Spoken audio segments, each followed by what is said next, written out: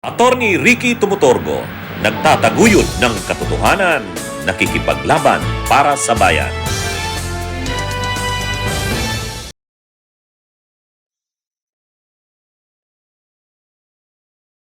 Mga kabunyog, mga kababayan, magandang araw po sa inyong lahat. Welcome po sa isang namang episode ng ating talakayan dito po sa aking bagong segment, Ang Take Ko, Tatak ni Attorney Ricky Tumutorgo.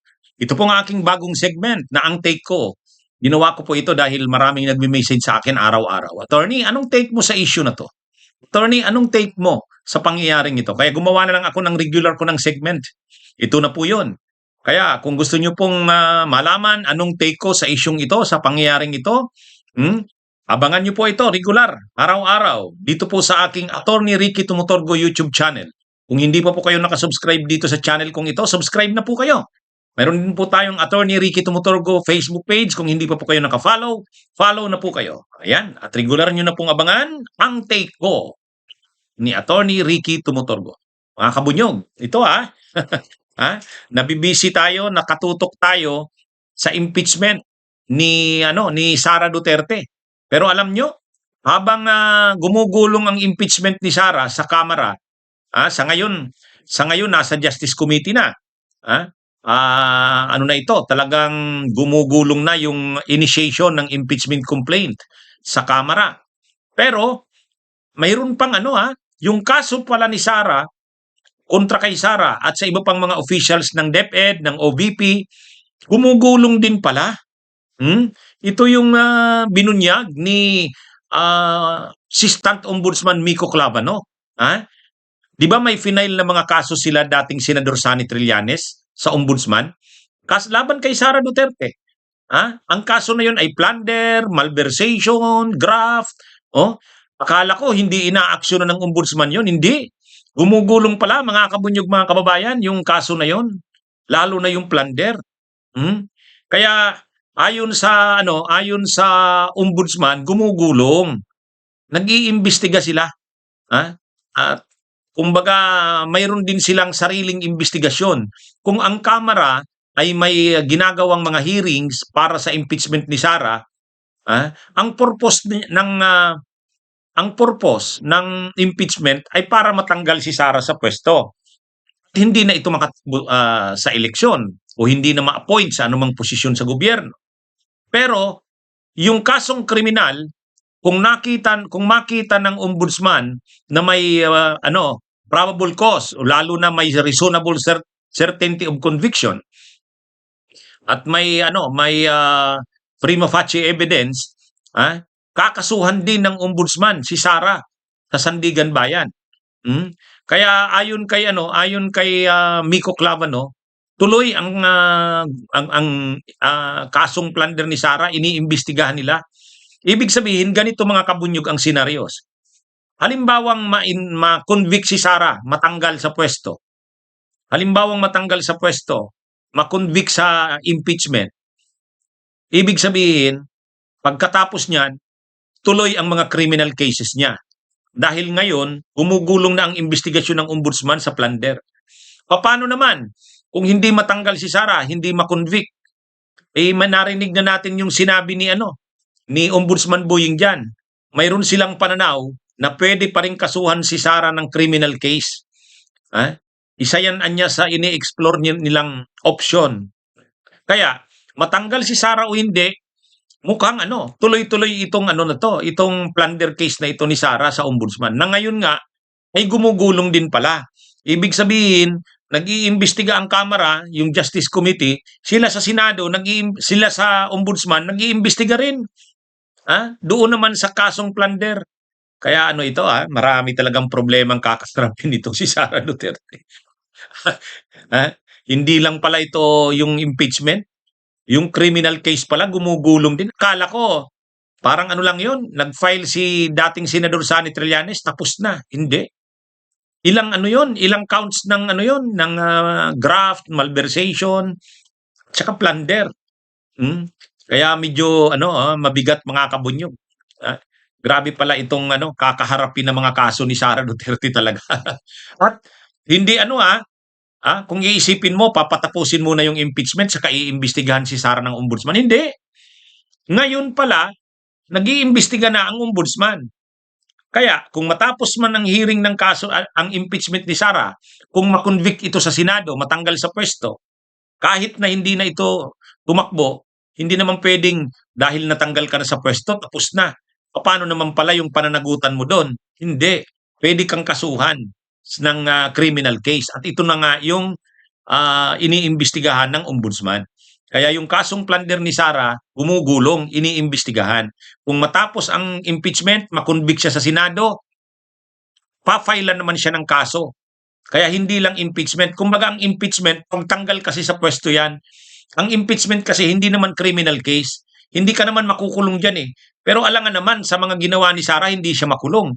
Dapat, pagkatapos niyang matanggal sa pwesto, hindi na siya makatakbo, panagutan niya pa rin ang mga krimen na nagawa niya. Yan na yung criminal case. Yan yung inaasikaso ngayon ng ombudsman. Ngayon, paano kung hindi makonvict? Ang sabi ni Ombudsman Boying, mayroon silang opinion, pagtingin, na kahit pa yan impeachable official, pwede pa rin kasuhan sa Sandigan Bayan. O yan, mga kabunyog, mukhang ano talaga to. Ano itong si Sara Duterte, ang daming kakaharaping mga kaso. Lalo pa ngayon, ang dami ng ebidensya eh. Ang dami ng ebidensya, kahit alisin mo pa yan kay Madriaga na yan. Kahit alisin mo pa yan kay Madriaga, dun pa lang sa mga findings ng COA, final na yung findings ng COA. May notice of yung notice of disallowance, final na sa part ng COA. Kaya ano ito mga kamunyog? Tapos yung mga findings ng NBI doon sa liquidation ng confidential funds ni Sara. At ito na, magtutuloy-tuloy pa. Itong hearing sa April 22 tungkol naman sa unexplained wealth. Hindi maipaliwanag na paglubo ng yaman at ari-arian ni Sara at ng asawa niya. Ano ito? Ito, mga dagdag pa itong mga ebidensya. Kaya, kumbaga mga kabunyog, tama naman ito. Sinusulong ang impeachment pagtanggal sa pwesto yan. Pero dapat maghanda na rin ang ombudsman sa pagpa-file ng criminal cases laban kay Sara Duterte. Kasi hindi naman pwedeng, parang katulad din lang ito kay Erap. Kung maaalala nyo si Erap, di ba may impeachment? Tapos natanggal siya sa pwesto dahil sa people power. Pagkatanggal niya sa pwesto, inasuhan siya ng plunder. Na-convict si Erap sa plunder Na-convict si Erap sa plunder, kaya lang, in-absolute pardon ni GMA. Ganyan din ang mga mangyayari kay Sara. Kahit matanggal siya sa pwesto, kakasuhan din siya ng plunder. Yan yung sinusulong na ngayon ng ombudsman. Gumugulong yung investigasyon ng ombudsman. Okay? Mga kabunyog, ang galing ng presentation, ang galing ng pinakita ng mga tauhan ng NBI, National Bureau of Investigation, sa pagdinig ng Justice Committee noong April 14, isa sa nakakuha doon ng atensyon, yung babae, yung document expert. Ang ibig sabihin ng document expert, yung mga handwriting na yan, ina-analyze niya yan. Ito bang handwriting na ito, saka itong handwriting na ito, pareho lang. Alam nyo kung bakit mga kabunyog? Bakit present yung handwriting expert or document expert ng NBI? Kasi alam naman natin na lumalabas na yung mga pondo na nahawakan ni Sara Duterte doon sa Office of the Vice President at saka sa DepEd, lalo na yung confidential funds, na ang lumalabas sa findings ng COA, ang lumalabas, pare-pareho ang mga perma. Hindi lang perma, kahit yung handwriting mismo. Ibig sabihin, talagang dinoktoran lang, gawa-gawa lang. Kasi kung talagang totoo na may binigyan ka nga 1 million or may binigyan ka 500,000, yung taong nag-receive nun, pipirmahan na niyang na-receive niya yun. Ang nangyari, yung liquidation, ibig sabihin yung mga sulat kamay ng mga tumanggap, pare-pareho lang. Hindi siguro iniisip ng kampo ni Sara na darating ang panahon, magkakaproblema sila dyan sa liquidation. Alam naman natin, ang gobyerno, pag mga ganyan, halos nalulusutan yan ng mga nagli-liquidate ng mga pondo. Nagagawa nila ng paraan yan. Pero ito, hindi. Binusisi talaga ito eh. Bakit binusisi? Kasi doon pa lang kasi sa Binigyan ka ng 125 million December 13, December 11, tapos naubos mo na kaagad. Naubos mo kaagad. 11 days naubos mo, ay di ba? Saan napunta yung pera? Oh, tiningnan ngayon yung liquidation. At nang tiningnan yung liquidation, ang mga pangalan, Oishi, Mary Grace Piatos, nakakalud, nakakaano naman yan. Paano naman naging Oishi yan, Mary Grace Piatos? O, ang palusot nila dyan, sa confidential funds kasi, confidential daw yung pangalan. Ang dinideclare daw dyan, hindi tunay na pangalan. Okay, ha? Sabihin natin palusot yan.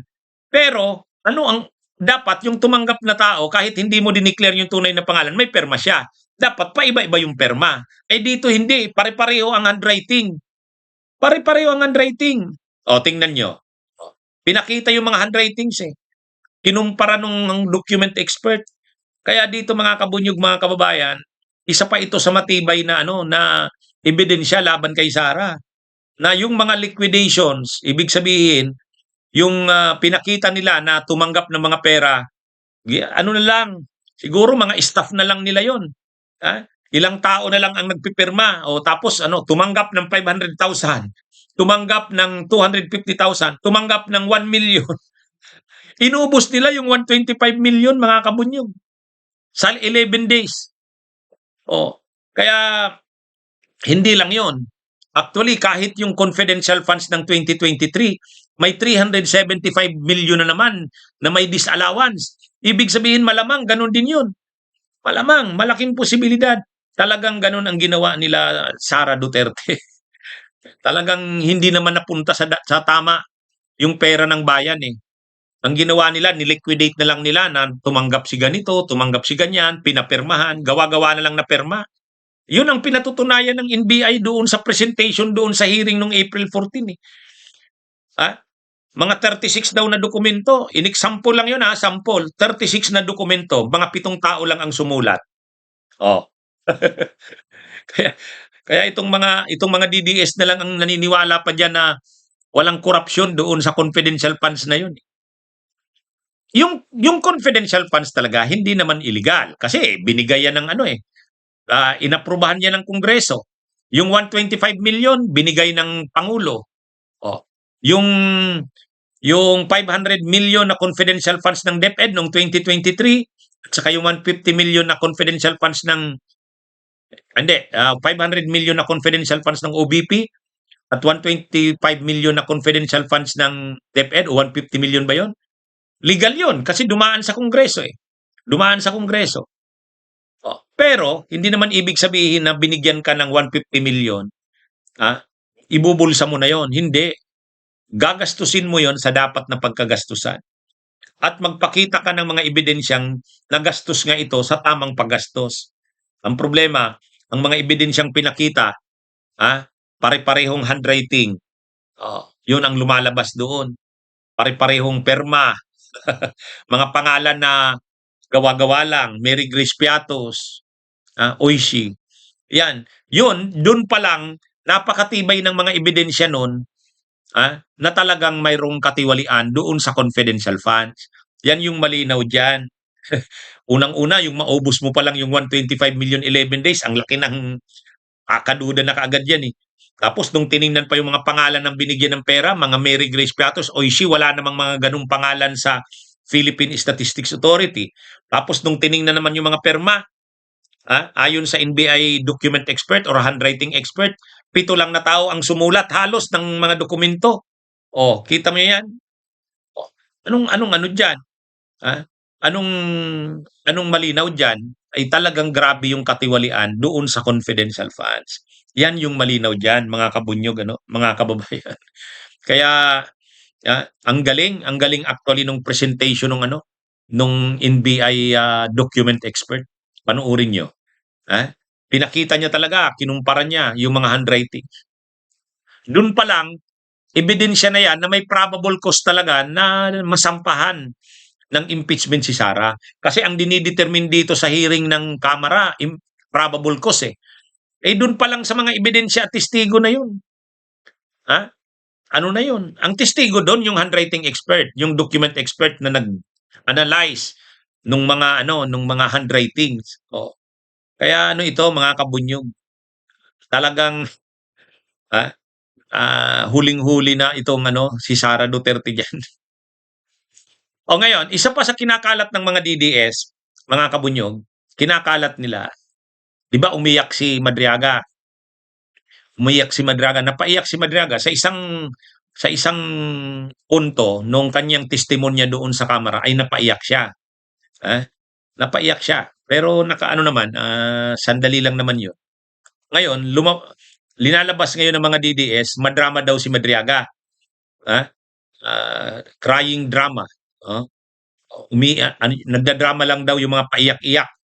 Tapos kinumpara si Madriaga kay Rowena Garma. Maalala natin na si Rowena Garma umiyak din doon sa hearing ng Quadcom. Si Rowena Garma, pero sa totoo lang, bakit umiyak si Rowena Garma? Bakit umiyak din si Madriaga? Ngayon, yung mga pag-iyak ba nila na yan sa hearing na naging resource person sila, yan ba ay drama? Tingin ko hindi. Sa tingin ko hindi. Itong si Rowena Garma, talaga naman yung mga sinabi niya, totoo yun eh. Ha? Napakalaki ng papel na ginampanan niya sa war on drugs si Duterte. At sinabi niya ang lahat ng nalalaman niya ni Rowena Garma. Para sa kanya, bakit umiyak si Rowena Garma? Umiyak yan kasi naalala niya nung panahon ni Duterte, napakamakapangyarihan niya, napakalakas niya kay Digong. Totoo rin, binigyan din siya ni Digong ng mga promotions. Imaginein mo, ang tataas ng promotion niya sa pwesto. May mga nagsasabi pa nga, may relasyon sila ni Digong. Pero wag natin pag-usapan yan. O ngayon, si Garma, ano yan? Naging PCSO, chairman. Imaginein mo, chairman ka ng PCSO. O, yan si Rowena Garma. Tapos na-appoint, na-promote sa matataas na posisyon sa PNP. At malamang, yumaman ng malaki rin ito si Garma. Yumaman ng malaki ito. Alam niya ni Garma. Ngayon, kaya lang, ang kapalit talaga noon, nagpagamit siya kay Duterte. Kwento niya naman na yung mga kabats niya dati sa PNPA, yung mga kabats niya sa PNPA, si Leonardo at iba pa, binuo sila bilang team. Yung parang nationwide na ng Davao Death Squad. Yung Davao Death Squad kali sa Davao lang. Pero yung team na yan, yung grupo na yan na magsasagawa ng mga pagpatay, high profile ng mga high value targets o kung ano man, bumuo ng ganung team. Ito yung grupo nila Garma at saka nito nila Leonardo Umano. Kwininto yan ni Garma. At kwininto niya na miniting sila ni Digong at nagpapaabot sila kay Digong through Bongo. Si Bongo naman, nagpapadala sa kanila ng mga instruction si Digong through Bongo. Nagpapadala ng pera si Bongo, reward sa kanila sa mga nagagawa nila. Yan yung kinikwento ni Garma. Ngayon, nang nagkikwento siya ng lahat ng nalalaman niya sa war on drugs si Duterte, naiiyak siya. Siyempre, naiiyak siya sa pinagdaanan. Siguro iniisip niya, akala niya hindi mangyayaring mapapanagot sila. Pero sa ngayon, ang ginawa ni Garma, sinabi niya na ang nalalaman niya at nag-cooperate na siya. State witness na siya. Malamang nandun na yun sa ICC. Sinisecure na yan. Si Garma. Kasi pagkagaling na yung US, pagland ng eroplano niya, agad-agad sinalubong siya ng immigration authorities. Kinaumagahan, nagbiyahe na siya ng Malaysia. Tapos sa Malaysia, sinalubong na siya ng mga ICC officials. Ayon yan kay Ombudsman Boying Rimulya at kay dating Senador Sani Trillanes. Kaya yon, kumbaga ang pag-iyak na yun ni Garma, hindi drama yon.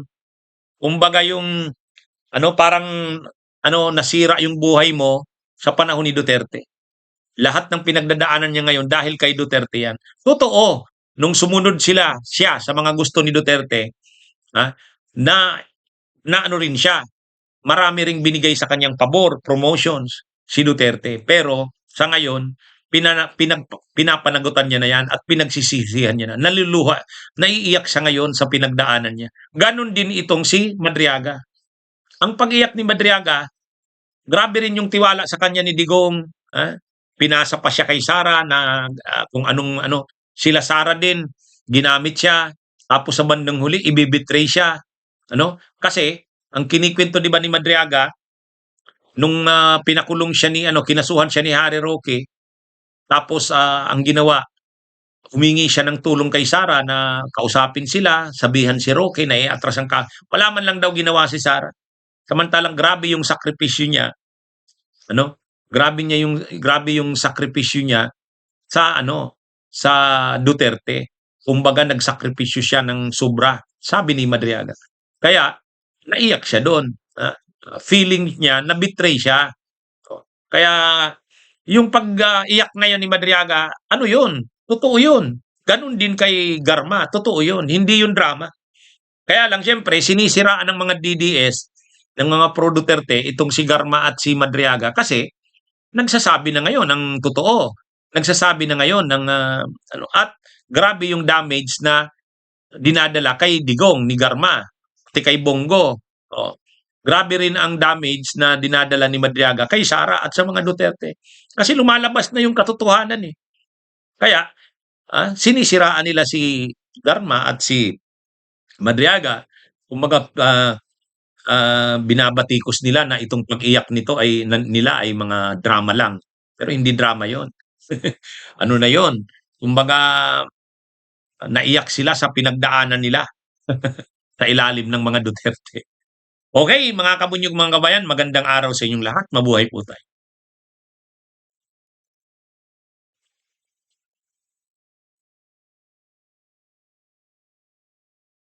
Bunyog, bunyog, halikan na kasama ka. Bunyog, kapag buklod ay may pag-asa. Luzon, Visayas, Mindanao, isa ang pananaw. Sa bagong Pilipinas ang bunyog isisigaw. Bunyog, bunyog, bunyog.